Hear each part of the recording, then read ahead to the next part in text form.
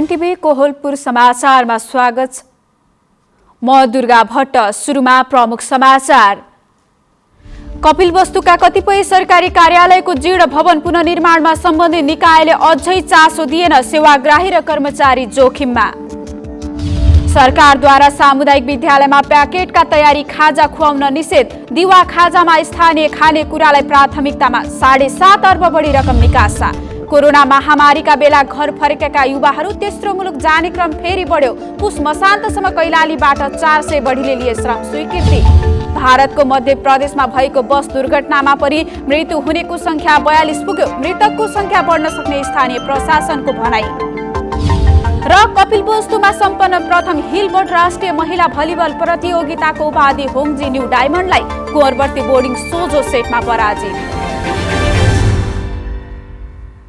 समाचार अब विस्तारमा।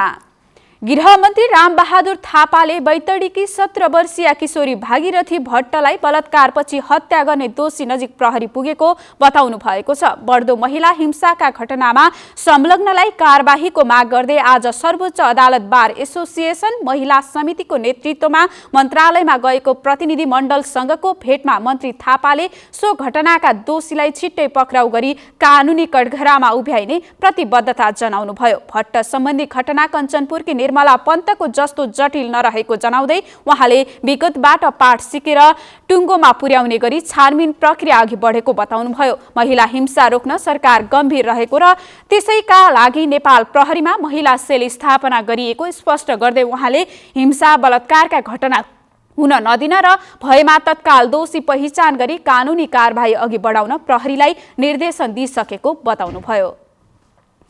माघ शुक्ल पञ्चमीका दिन मनाइने श्री पञ्चमी पर्व आज विद्याकी देवी सरस्वतीको निष्ठापूर्वक पूजा आराधना गरी मनाइँदैछ। विद्या र सृजनाकी देवी भएकाले विशेष गरी साहित्यकार, कलाकार, पत्रकार, शिक्षक र विद्यार्थी आफ्ना कला साधनाका वस्तु कलम, कापी, कुची र वाद्ययन्त्र आदिलाई सरस्वतीका रूपमा पूजा आराधना गर्छन्। यस दिन बालबालिकालाई शिक्षा आरम्भ गराउने चलन छ।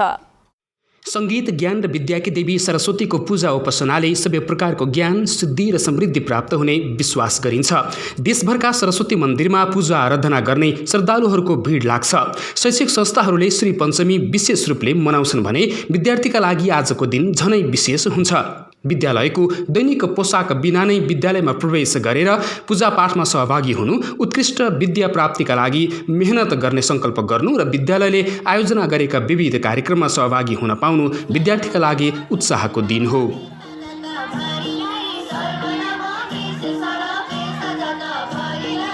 सरस्वती माताको मात्रै जिम्मा दिएर हुँदैन, सबै कुरा हामीले आफ्नो मेहनत पनि गर्नुपर्छ।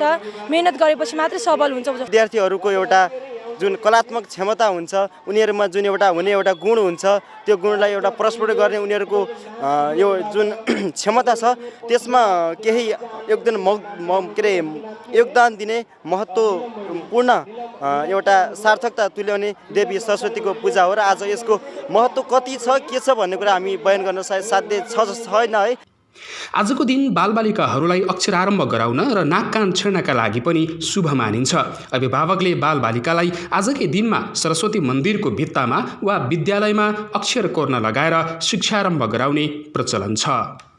वर्षमा आउने एक दिन चाहिँ महत्त्वपूर्ण दिन, दिवस जस्तै सरस्वती माताको चाहिँ मुख्य दिन परेको हुनाले यस दिनलाई चाहिँ अक्षर आरम्भको दिन पनि भनिन्छ। त्यस कारणले गर्दा पनि हामीले वैदिक कालदेखि नै यो जति बेला चाहिँ सरस्वती माताको यो दिवसको रूपमा मनाइँदै आइयो, सरस्वती मातालाई पूजा गर्दै आइयो, त्यति बेलादेखि नै एउटा संस्कार बन्दै गयो।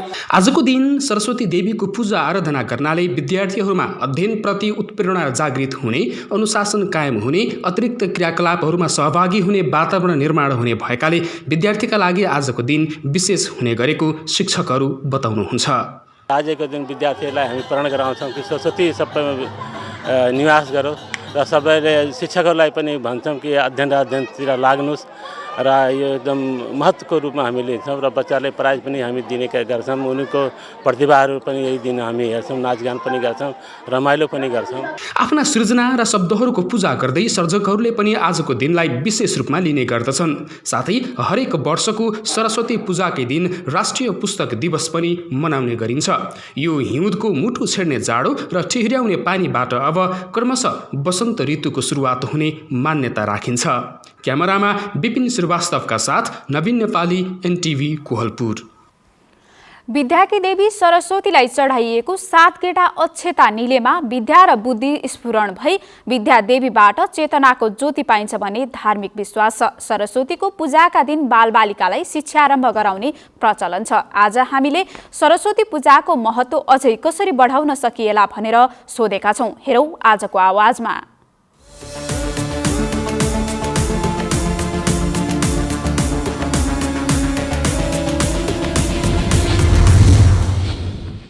आज सबले नुहाइधुवाइ गरेर पूजासुजा गर्ने, भगवानहरू पूजा गर्ने, स्कुलमा रमाइलो हुन्छ। अब त्यसपछि अरू किताबहरूले पूजा गर्ने, देखि पूजा गरे पनि ज्ञानी बन्ने, राम्रो पढाइ गर्ने अनि हल्का यस्तै रमाइलो गरेर बनाउने हो। अनि सरस्वती पूजा भनेर मनाउँछन्, सबैले आफ्नो शिक्षा आउँछ, भगवानलाई पूजा गर्छौँ, हामीले मान्छौँ। हामी जस्तो अब किताब पढ्छौँ त्यो पनि सरस्वती भगवान नै हो। हामीले भगवानको पूजा गरेर अनि भगवानलाई मानेर हामीले ज्ञान प्राप्त गर्ने, भगवानलाई पुजेर मात्र हुन्न, हामीले आफूले पढेर पनि ज्ञान प्राप्त गर्न सकिन्छ। यो सबैले मान्छन्। पूजा गरेर मात्रै हुन्न, पढ्न पनि पर्छ। भगवानले सबै थोक दिने होइन, आफूले पनि मेहनत गर्नुपर्छ। पूजा नगर्दै पनि पढ्नुपर्छ र पूजा गरेपछि आफ्नो मनमा आस्था अझै भगवानको लागि बढाएर भएर झन् बढी पढ्न मन लाग्छ। सरस्वती माताले हामीलाई आशीर्वाद दिइराख्नु भएको छ। यदि बच्चीले भगवानप्रति आस्था बढायो भने उनीहरूको मन धार्मिकतिर पनि लाग्नेछ र विद्या पढाइ पनि त्यस्तै अनुसार अगाडि बढ्नेछ। आज सरस्वती पूजाको दिन शिक्षा सुरु नगरेका विद्यार्थीहरूले शिक्षा सुरु गर्छन्, प्रारम्भ गर्छन् र शिक्षा पाइसकेका, शिक्षा लग्दै गरेका विद्यार्थीहरूले आफ्नो शिक्षालाई झन् अगाडि बढाउने तरिकाले सरस्वती माताले पुज्ने गर्छन्। र साथसाथै गुरुहरू पनि हाम्रो एकदमै ठुलो भगवान हुनुहुन्छ। त्यहाँहरूले पनि हाम्रो ज्ञान आर्जन, हाम्रो लक्ष्य पुग्नतर्फ एकदमै ठुलो भूमिका खेल्नु भएको हुन्छ। त्यसैले मलाई त्यही लाग्छ, आजको दिनमा चाहिँ हामीले राम्रो गरेर यदि पुज्यौँ भने हामीले राम्रो लक्ष्य हासिल गर्न सक्छौँ। आज सरस्वती पूजा भनेको अक्षर आरम्भको दिन हो।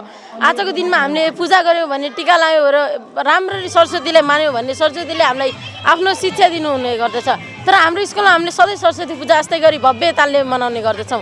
सधैँ गुरुबाले हामीले राम्रो राम्रो शिक्षा र टिका लगाएर हामी आउने गर्दछौँ। सरस्वती पूजा र शिक्षामा धेरै नै सम्बन्ध छ। सरस्वती पूजाको दिन हामीले यति शिक्षा पाउँछौँ कि सरस्वतीले हामीलाई खुसी भएर आफ्नो आनन्द मनले हामीलाई शिक्षा दिइराख्नु भएको छ। यदि हामीले आफूले पूजा मात्र गरेर हुँदैन, पढ्न सक्यो भने त्यसमा हाम्रो भविष्यमा अझै राम्रो प्रभाव पर्नेछ।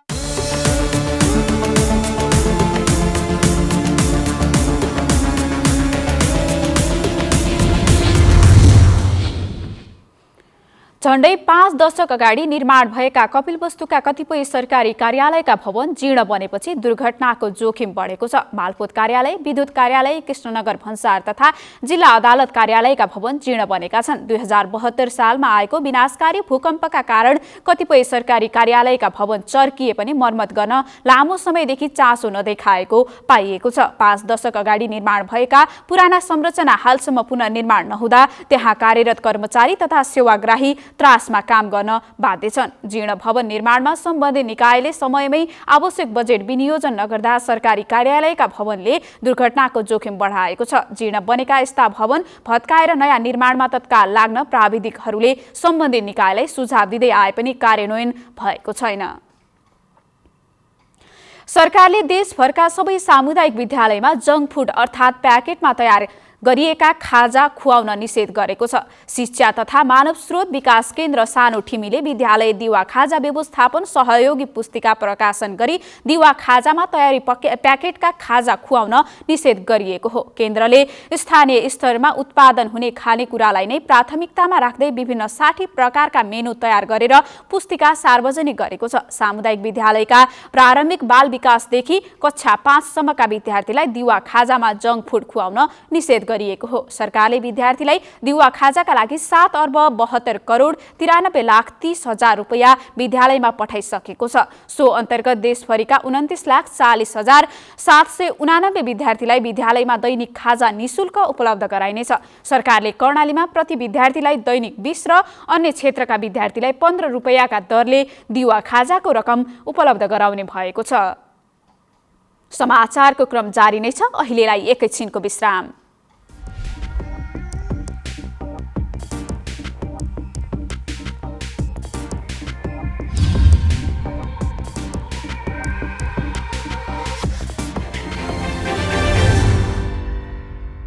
लामो समयसम्म हामी बन्दाबन्दी वा चाहिँ निषेधाज्ञा लागू गरेर चाहिँ सङ्क्रमण दरलाई नियन्त्रण गर्ने बाटोमा अगाडि बढ्न सक्ने अवस्था रहँदैन।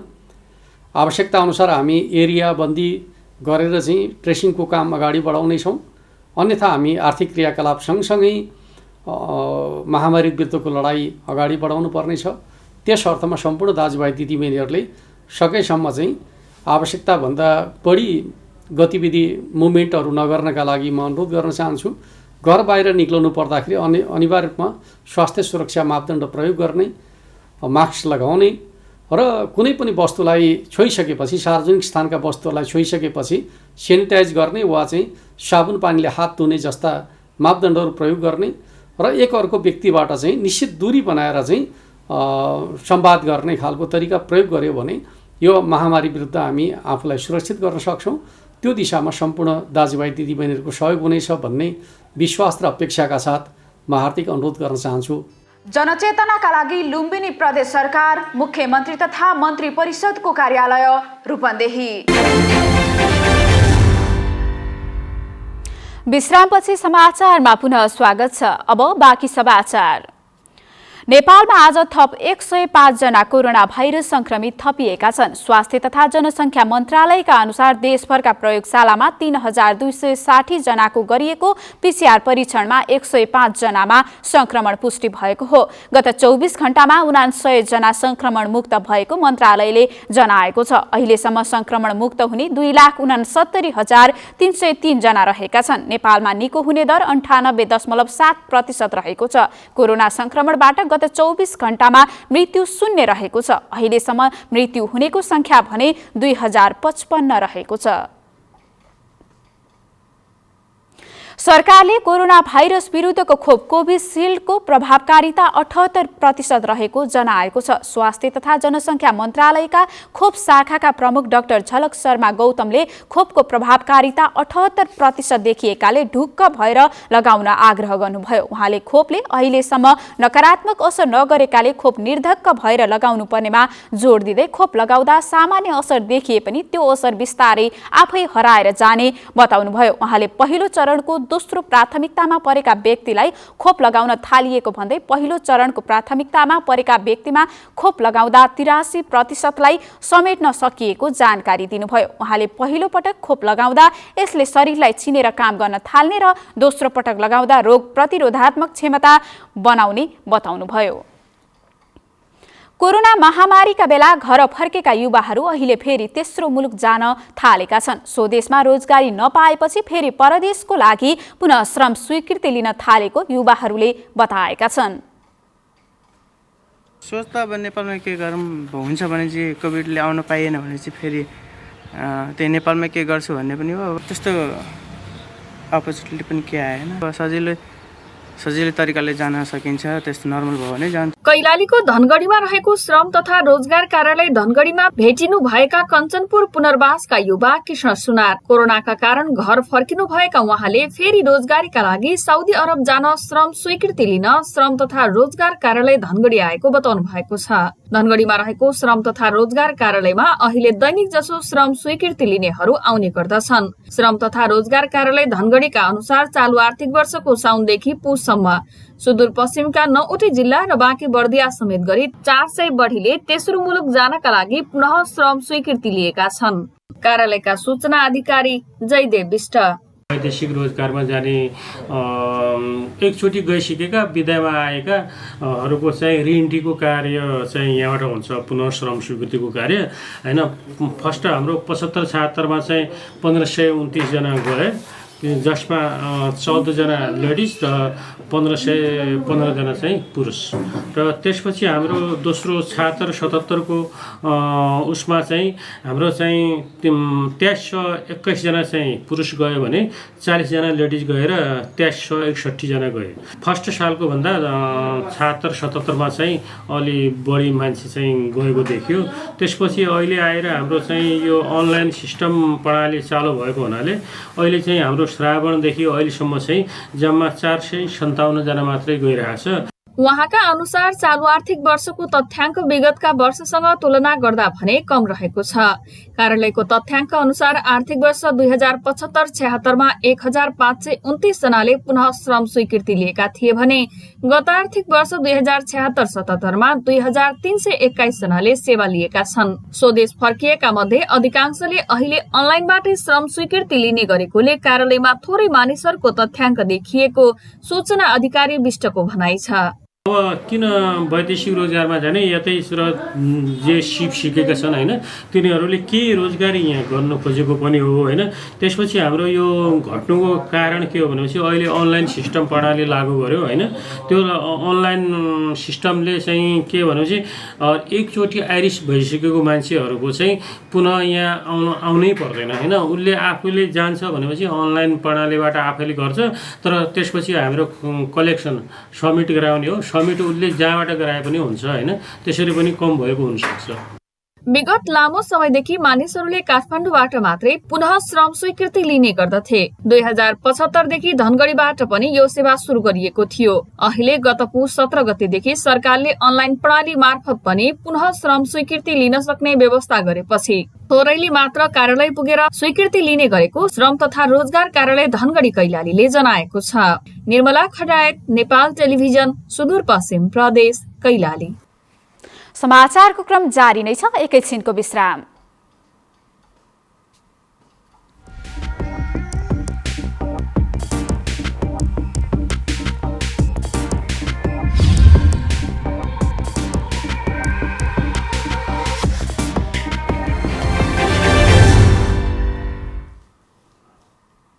तपाई एनटिभी कोहलपुर हेर्दै हुनुहुन्छ। अब बाँकी समाचार।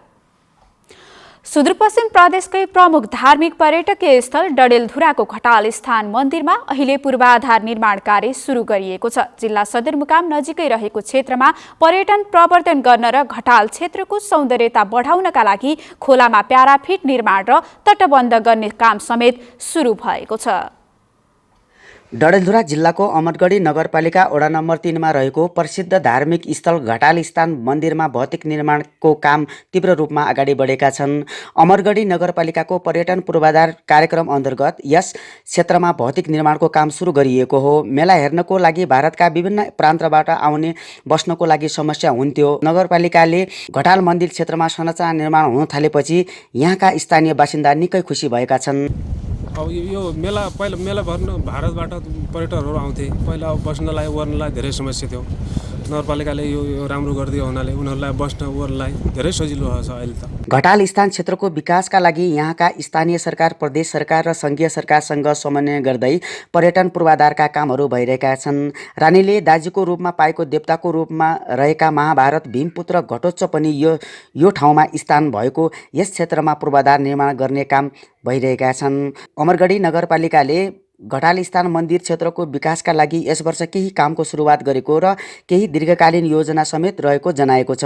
घटाल स्थानमा नगरपालिकाले 1 करोड 42 लाख लागत र प्रदेश सरकारले 15 लाख विनियोजित गरेर सुदूरपश्चिम सरकारको सहयोगमा प्याराफिटका साथै विभिन्न कुण्डहरू तलाउ निर्माण गर्ने योजना रहेको अमरगढी नगरपालिकाका नगर प्रमुख विश्वेश्वर प्रसाद ओझाले बताउनुभयो। यसलाई हामीले एउटा महत्त्वपूर्ण पर्यटकीय स्थलका रूपमा अहिले विकास गर्ने योजना बनाएका छौँ र जस अन्तर्गत करिब 1 करोड 42 लाखको टेन्डर मार्फत एउटा निर्माण कार्य हुँदैछ भने अर्को सुदूरपश्चिम प्रदेश सरकारको सहयोगमा जुन यो प्याराफिटहरू पनि निर्माण हुँदैछ अथवा यो रेलिङ निर्माण हुँदैछ। मागेको वर पाइने स्थानको रूपमा परिचित यस मन्दिरमा सुदूरपश्चिममा मात्रै नभई नेपालभरि र भारतबाट समेत भक्तजनहरू आउने गर्दछन्। निशान्तानलाई सन्तान र खडेरी परेको बेला पानी दिने देवताको रूपमा परिचित घटाल बाबा सुदूरपश्चिमका शक्तिशालीको रूपमा प्रचलित छन्। यस क्षेत्रको विकास गर्न सके यहाँको पर्यटन विकासमा निकै टेवा पुग्ने देखिन्छ। हरिश चन्द, नेपाल टेलिभिजन, सुदूरपश्चिम प्रदेश, डडेलधुरा। सघन शहरी तथा भवन निर्माण आयोजना कार्यालय दाङले आफ्नो भवनदेखि सेवा दिन थालेको छ। 3 वर्षदेखि लुम्बिनी प्रदेशको भौतिक पूर्वाधार विकास मन्त्रालयको कार्यालयबाट सेवा दिँदै आएको उक्त कार्यालयले आफ्नै भवनबाट सेवा दिन सुरु गरेको हो। करिब 1 करोडको लागतमा 10 कोठे पक्की भवन निर्माण गरी सेवाग्राहीलाई सेवा दिन थालेको छ। प्रदेश कार्यालयको भवन पुरानो र कार्यालय प्रयोजनका लागि आवश्यक पर्ने कोठा अभाव हुँदा भवन निर्माण गरिएको सघन शहरी तथा भवन निर्माण आयोजना दाङका प्रमुख सचिन्द्र कुमार देवले बताउनुभयो। भवनको तल्लो तला र माथिल्लो तलामा अपाङ्ग मैत्री शौचालय र सिडी निर्माण गरिएको छ। नयाँ भवन निर्माणसँगै कार्यालयले डिजिटल प्रविधि मार्फत सेवा दिँदै आएको छ। अब अन्तर्राष्ट्रिय समाचार।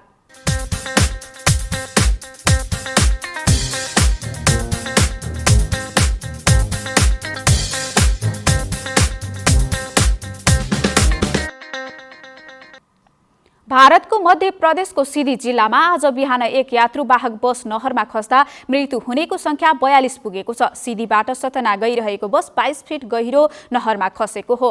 बसमा 50 भन्दा धेरै जना रहेको बताइएको छ। स्थानीय प्रशासनका अनुसार अहिलेसम्म 42 जनाको शव नहरबाट बाहिर निकालिएको छ। 7 जनालाई भने जीवितै उद्धार गरिएको छ। त्यहाँको प्रशासनले नहरमा डुबेको बसलाई क्रेनको मद्दतबाट बाहिर निकालेको छ। स्थानीय प्रशासनले मृतकको संख्या बढ्न सक्ने भनेको छ। नहरमा बगेका भनिएकाहरूको खोजी भइरहेको भारतीय सञ्चार माध्यमले जनाएका छन्। बसका ड्राइभरले भने पौडेर ज्यान बचाएको बताइएको छ। दुर्घटनाको कारणबारे थाहा हुन सकेको छैन। सडक अप्ठ्यारो भएका कारण ड्राइभरले नियन्त्रण गुमाउँदा बस गहिरो नहरमा खसेको हुन सक्ने अनुमान गरिएको छ।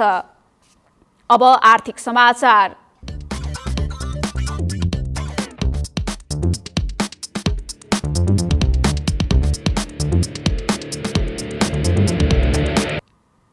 आज नेपाली बजारमा छापावाल सुन प्रतितोला 90,900 रुपैयाँमा कारोबार भएको छ। त्यस्तै तेजाबी सुन आज प्रतितोला 90,400 रुपैयाँमा कारोबार भएको नेपाल सुन चाँदी व्यवसायी महासंघले जनाएको छ। आजका लागि चाँदीको मूल्य प्रतितोला 1,360 रुपैयाँ कायम भएको थियो। अब खेलकुद समाचार।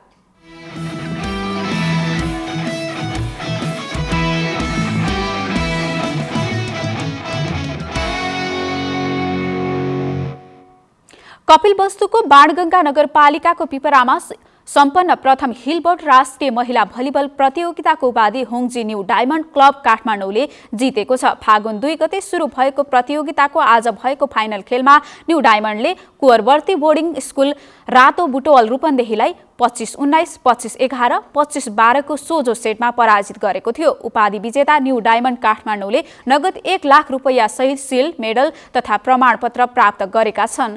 उपविजेता कुवरवर्ती बोर्डिङ स्कुल रातो रूपन्देहीले 70,000 नगद सहित सिल्ड मेडल र प्रमाणपत्र प्राप्त गरेका छन्। त्यस्तै new horizon sports club Butwal तेस्रो र एभरेस्ट मावि रूपन्देहीले सान्तवना पुरस्कार प्राप्त गरेको छ।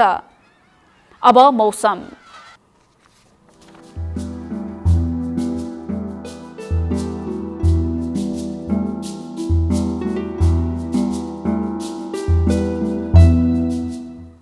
आज देशका पहाडी भूभागमा आंशिक बदली भएको छ भने उच्च पहाडी तथा हिमाली भूभागमा केही स्थानमा हल्का हिमपात भएको छ। आज राति उच्च पहाडी तथा हिमाली भूभागका 1-2 स्थानमा हल्का हिमपातको सम्भावना रहेको मौसम पूर्वानुमान महाशाखाले जनाएको छ। अब मौसम सम्बन्धी थप विवरण।